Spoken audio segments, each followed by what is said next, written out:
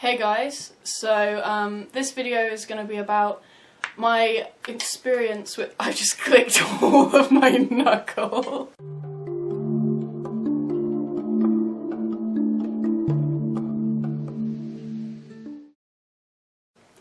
Hey guys, so on Friday the 8th, it's Friday the 8th of January, just gone, things finally started to move along for me in my transition. I got a hospital consultation.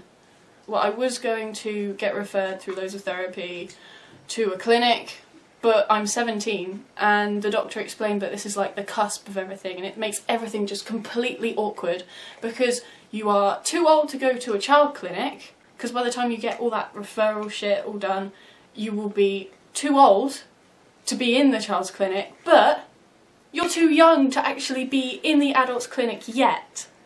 So you can only be referred exactly when you're 18, so that's just stupid. So yeah, I finally got a hospital consultation, and it was kind of scary because the whole prospect of it, because I haven't been to hospital in Stop with your grapefruit! I'm so sorry. Can you stop the video a second? It was a bit scary, the whole prospect of it, because I haven't been to a hospital in over 5 years. But it was actually a really positive experience, and everything went really well, so I just wanted to explain, you know, everything that happened for anyone else that this is happening to. So, first was the bus. We caught the park and ride, me and my mum, we caught the park and ride in, and as soon as I stepped on the bus, things went really great because the bus driver was like, "How old is he?" to my mum. So I passed straight away. And that was something that hardly ever happens for me, so mostly because of my voice. I know it's really high pitched, it's something that really gets me down, so this was really nice for me, so I just stayed completely silent and zipped it, and I was like, yes, I have passed. So I sat down at the back of the bus and I did like little victory dance. And then when we actually got to the hospital, everything was just so big. Like, the hospital was just so much bigger than I'd ever imagined, and we got lost to start with. But yeah, when I walked in, I saw this other person who was quite similar to me in the way they dressed, in the all black, and then they had like chains on their trousers, lots of eyeliner on. We were both emos, and I just felt a connection, okay, that's what I felt. Anyway, so we sat down, and then the doctor came out and like went over to the other kid first and then came over to me, and basically what had happened is they double booked us our appointment by accident. So that was fine, it was fine. My younger siblings just kicked something. Moving on, so it was fine, you know, we just waited for a bit, we went and got some tea, but it was the tea was disgusting. It was the worst tea I've ever tasted.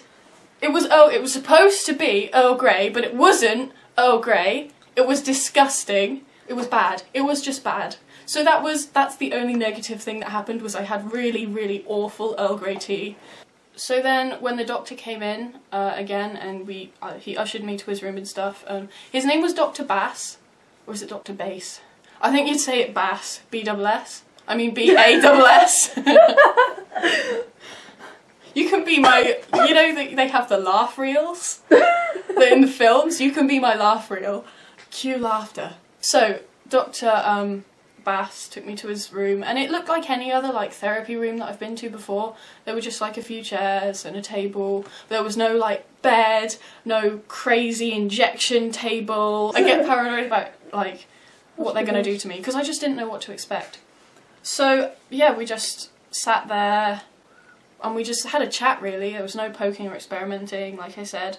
So firstly he asked my name and my pronouns, which I think was really nice, because I suppose you can make assumptions, but it's just nice that he didn't want to, that he wanted to make sure I was comfortable with it all. Then he started asking me things like the age that I started to notice I was different, what I was doing, what questions I was asking. He even asked when I started wearing boxers. Wow. And then they started asking about like my depression, in my past, and then how it had affected me up till now, my present, and what had happened during that time and why I might have been depressed. Yeah, they didn't ask my mum a lot, which was also a surprise to me, because a lot of the time, especially in like counselling, I just sit there and then the doctor will ask a question, I'll just be like, "Mother, help me." So she'll just narrate my entire life story from her point of view, everything that's happened, and I'll just be like, "Yeah, that's me. That's all you need to know." And then some more questions about like coming out, like in particular about coming out. So when I came out, which, I don't know, my official, you know, Facebook official coming out was actually only the other day. It wasn't really necessary, I don't think, because everyone has known for about a year now. Everyone has known for about a year now. But I told him about that, and then how people reacted, and it was all positive, really. I didn't get any hate. I mean, there was one person who was kind of smug about it, who was being really, like, really? And I was like, yep, this is me. And then they asked how my school reacted, which was really positively. I go to such a great school. Like, I'm actually so lucky that I go to such an accepting school, because I've heard literal horror stories of some of my trans friends and what they've had to go through. So, and same with my family. My family has always been really open and accepting, and even my gramp is starting to make a real, like, effort now. He's calling me by the right name and, you know, being like, "Come on, guys," like, specifically, and, you know, it's just really nice when, like, our eyes sort of meet at that moment and we're both smiling, because, you know, he may not understand it fully, but he wants to make me happy, and he just wants to do what's best for me, so. And then the doctor asked, like, what I wanted to do next, what my next step would be. So I told him that I wanted to start hormone replacement therapy, which would probably, I'm pretty sure I want to go on to surgery, like top surgery, and I would like bottom surgery if it's possible. But I don't know, just surgery, it's quite scary having someone cut you open. It's a, you know, I haven't been to a hospital in a long time. I've never had to have surgery. It's just, I'll get over it. It'll be fine. So then he told me that 80% of people that he saw would go on to go to a clinic, and I would be no different. He said, from what I've heard, from what you've told me, it's pretty clear, you know, who you are and where you want to go now. So that's, you know, it's fine. I'll refer you to a clinic, which is really great. I'm getting referred to one in Northampton, because the two first choices are, like, really, like, booked at the moment. I know for the first one, there's a 20-month waiting list, and I've waited long enough with being 17 and not, you know, I just don't want to wait much longer, because I just want to get this ball rolling, you know. So I'm going to get referred to there, hopefully in July, because I turn 18 in July. So he said, well, if I try and get you an actual session, if I refer you now, get you a session in July, then as soon as you're 18 you can go. And so I thought that was really nice of him to try and do that for me. But then interestingly, he talked to me about the other 20%, the 20% that didn't go on to go to a clinic, and he said most of them actually just wanted to remain genderless, which, you know, it's hard in this day's society, because there's such a difference of you are one or the other. You know, I'm not one or the other. I am non-binary. That's not going to change.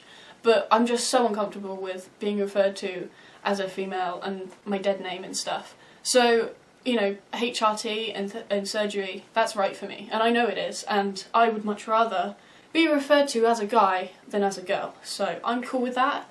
But if you are, like, one of the people who wants to be genderless, then that's good too. Like, obviously it's going to be a bit harder, to be honest, because there's going to be even less understanding for you.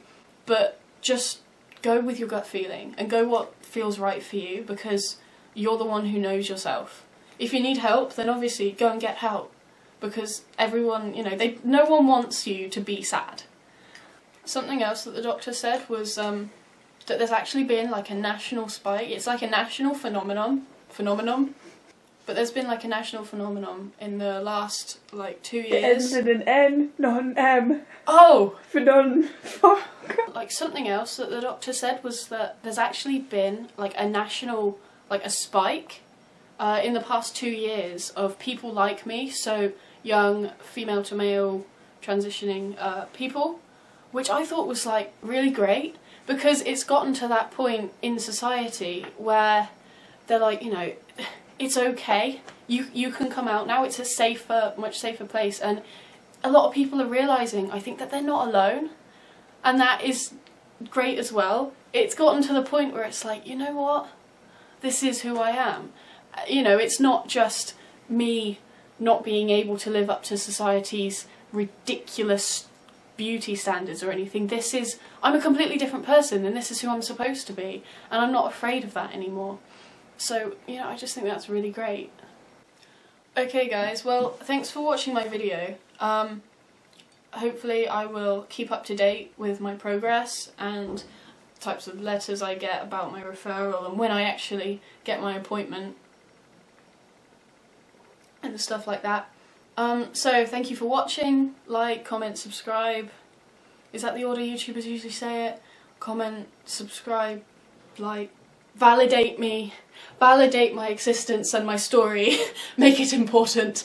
But yeah, and look out for new videos in the future.